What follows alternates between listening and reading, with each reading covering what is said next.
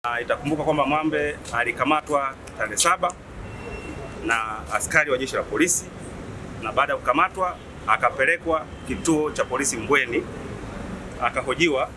Baadaye akapelekwa kituo cha polisi kati kwa maana Central ofisi ya ZCO akahojiwa.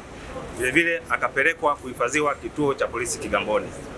Na baada ya kukamatwa kupelekwa kituo cha polisi Kigamboni, nilipata fursa ya kuonana na mteja wangu akiwa kituo cha polisi Kigamboni.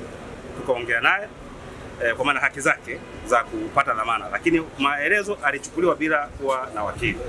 Sasa baada ya kwenda mimi kituo cha polisi Kigamboni siku ya tarehe 8 jioni, nilipopata fursa kuongea naye, yalikuwa ameshapita masaa 24.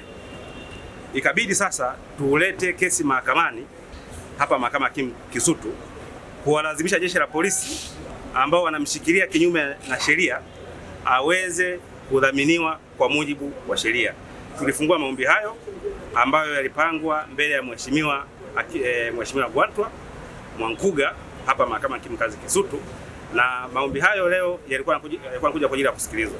Lakini kwa bahati nzuri siku ya jana tarehe 14 mida ya saa 3 asubuhi mteja wangu alipata dhamana ya jeshi la polisi. Kwa hiyo alidhaminiwa na jeshi la polisi jana kituo ofisi ya ZCO, na tuma kubwa ambazo anatumiwa nazo ni mbili. Tuma ya kwanza ni njama za kutaka kumuua mkuu wa polisi. Sasa haijulikani mkuu wa polisi ni nani. Kwa aliojiwa kwa tuma hizo. Tuma za pili ni tuma za uchochezi za kimtandao. Tuma za uchochezi za kimtandao. Kwa amehojiwa kwa tuma hizo na jana amedhaminiwa. Kwa hiyo maombi haya leo mahakamani yalikuwa hayana tena nguvu ya kisheria, kwa sababu lengo la maombi haya ilikuwa ni kuwalazimisha jeshi la polisi wampe dhamana. Kwa hiyo tumeondoa maombi haya na mteja yuko huru mpaka hivi tunavyozungumza. Kwa taratibu manake za tuma zake kwa mujibu wa polisi wameeleza nini? Sasa tulienda leo kuripoti saa 3 asubuhi ofisi ya ZCO, tukaongea naye na amesema hivi upelelezi bado unaendelea.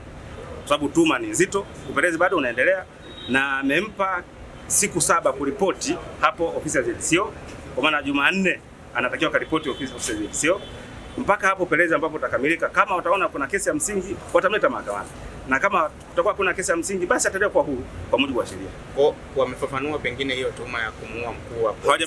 Hawajafafanua, na kwa sababu wanapeleleza. Kwa mujibu wa maelezo yao kwamba wanapeleleza huyo mkuu wa polisi ambaye Geoffrey Mwamba alikuwa anataka kumuua ni nani, hawajui na wenyewe, kwa wanapeleleza, na ndio maana wanasema upelelezi unaendelea.